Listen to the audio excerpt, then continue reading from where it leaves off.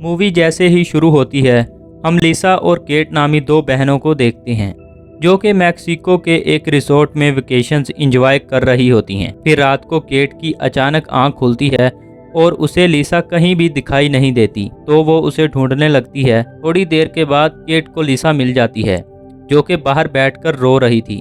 तो केट के पूछने पर लिसा बताती है कि उसके बॉयफ्रेंड स्टुअर्ट ने उससे ब्रेकअप कर लिया है क्योंकि उसे लगता है कि मैं एक बोरिंग इंसान हूँ। लिसा का दिल बहलाने के लिए केट उसे एक पार्टी में ले जाती है जहां उन्हें लुइस और बेंजामिन नामी दो लोग मिलते हैं। फिर दोनों बहनें उनके साथ मिलकर काफ़ी इंजॉय करती हैं।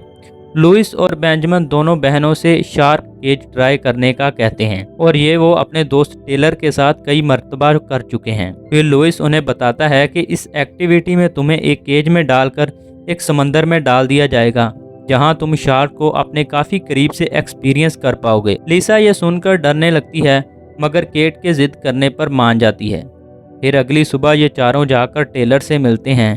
टेलर उन्हें एक छोटी बोट से बड़ी बोट तक ले जाता है। फिर उस बड़ी बोट से ये एक लोकेशन तक पहुंचते हैं। फिर वहां कुछ सड़ी हुई मछलियां समंदर में डालने लगते हैं। कुछ देर के बाद वहां काफ़ी सारी शार्क्स आने लगती हैं जिन्हें देखकर लिसा डर कर वहां से चली जाती है। मगर केट उसे बताती है कि अगर तुम ये कर लोगी तो कोई तुम्हें बोरिंग नहीं कहेगा। तो बिल आकर लिसा भी मान जाती है। पहले लुइस और बेंजामिन नीचे जाकर सही सलामत वापस आ जाते हैं। फिर टेलर दोनों बहनों को सारी इन्फॉर्मेशन देने लगता है और कहता है कि जब इस प्रेशर मीटर की सुई 50 पर आ जाए तो सूट में लगे माइक्रोफोन से मुझे बता देना और तुम जितनी जल्दी सांसें लोगी ऑक्सीजन उतनी ही जल्दी ख़त्म हो जाएगी और जब तुम मुझसे कांटेक्ट करोगी तो तुम्हें ऊपर खींच लिया जाएगा। और ये दोनों लड़कियां समंदर में सिर्फ 5 मीटर नीचे तक ही जाएंगी। इसके बाद उनको केज समेत समंदर में डाल दिया जाता है और वहां उन्हें समंदर के अंदर की खूबसूरती दिखाई देती है और वो दोनों लड़कियां काफ़ी खुशी महसूस करती हैं। और फिर उनके आसपास शार्क्स भी आने लगती हैं। तो केट फ़ोटोज़ क्लिक करने लगती है मगर उसका कैमरा समंदर में गिर जाता है। मगर दोनों बहनें इस मूवमेंट को काफ़ी इंजॉय करती हैं। लेकिन तब ही अचानक उनके केज का केबल स्लिप हो जाता है। लिसा डर जाती है और टेलर से फ़ौरन ऊपर खींचने को कहती है।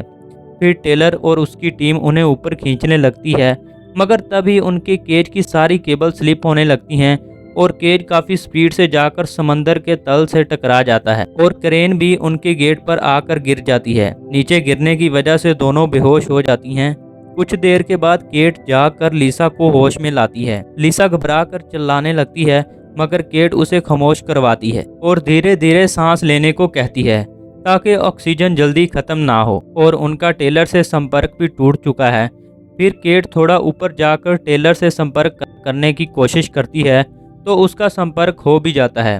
फिर टेलर उससे केज की गहराई और ऑक्सीजन की मात्रा के बारे में पूछकर वापस केज में जाने का कहता है। केट वापस आकर लिसा को बताती है कि फिक्र मत करो, वो लोग हमें ऊपर खींच लेंगे और टेलर का टीममेट जावियर आकर केज को केबल के साथ बांध देगा। फिर वो दोनों बैठकर जावियर का इंतज़ार करने लगती हैं। केट की ऑक्सीजन भी ख़त्म होने वाली होती है। फिर उन्हें एक टॉर्च की रोशनी दिखाई देती है। लिसा केज से बाहर जाकर जावियर को ढूंढने का फैसला करती है मगर वहां पर एक शार्क आ जाती है।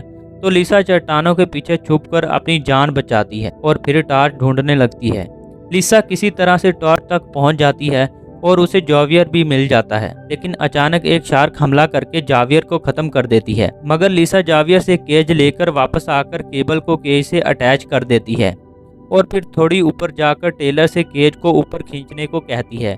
टेलर उसे कहता है कि तुम केज में वापस चली जाओ और फिर टेलर केज को ऊपर खींचने लगता है। लेकिन एक बार फिर से केबल टूट जाती है और केज एक बार फिर से तल से जाकर टकरा जाता है।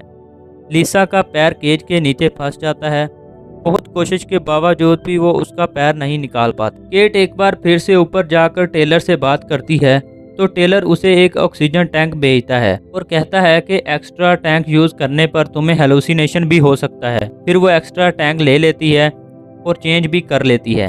तभी वहाँ पर एक शार्क आकर केट पर हमला करके उसे मार देती है। लिसा भी ज़ोर ज़ोर से रोने लगती है और थोड़ी देर के बाद लिसा की ऑक्सीजन भी खत्म होने लगती है। लिसा बाहर गिरे टैंक तक जाने की कोशिश करती है मगर पाँव फंसे होने के कारण वो नहीं पहुँच पाती। उसे केबल से जुड़ा एक स्पेयर गन मिलता है जिससे उसके हाथ में चोट लग जाती है। लेकिन हिम्मत करके वो उस स्पेयर गन से टैंक को खींच लेती है और चेंज भी कर लेती है। तभी माइक्रोफोन में केट उसे बताती है कि मुझे चोट लगी है और बहुत खून बह रहा है। तो फिर लिसा हिम्मत करके केट को थोड़ा ऊपर उठाकर अपना पाँव निकाल लेती है और बाहर जाकर केट को ढूंढने लगती है और उसे केट मिल भी जाती है और अब वो दोनों ऊपर जाने लगती हैं और ऊपर जाते वक्त ये शार्क्स को दूर रखने के लिए फ्लेयर का इस्तेमाल करती हैं। टेलर उन्हें नाइट्रोजन डिकम्प्रेशन के लिए 5 मिनट उधर ही रुकने का कहता है, लेकिन तभी उनका एक फ्लेयर नीचे गिर जाता है।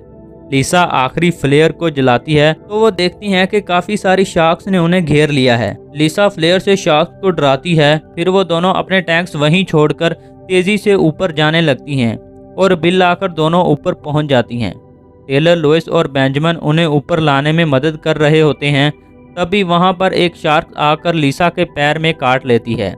टेलर तेजी से उन्हें अपनी तरफ खींचने लगता है। तभी शार्क एक बार फिर से लिसा पर हमला करती है, मगर वो लोग किसी तरह से उसे ऊपर खींच लेते हैं और दोनों का फर्स्ट एड करने लगते हैं। तभी टेलर उन्हें माइक्रोफोन में ऊपर आने का कहने लगता है। असल में ये लोग ऊपर आए ही नहीं थे। टैंक बदलने की वजह से नाइट्रोजन नेरोसिस की वजह से ये सब कुछ हेलोसिनेट कर रहे थे। तभी वहां पर कुछ गार्ड्स आ जाते हैं जो कि लिसा के पैर को केज से निकालकर लिसा को ऊपर ले जाते हैं। इसी के साथ मूवी हो जाती है ख़त्म। हमारे चैनल को सब्सक्राइब करना ना भूलिएगा। मिलते हैं अगली वीडियो में, तब तक के लिए गुड बाय।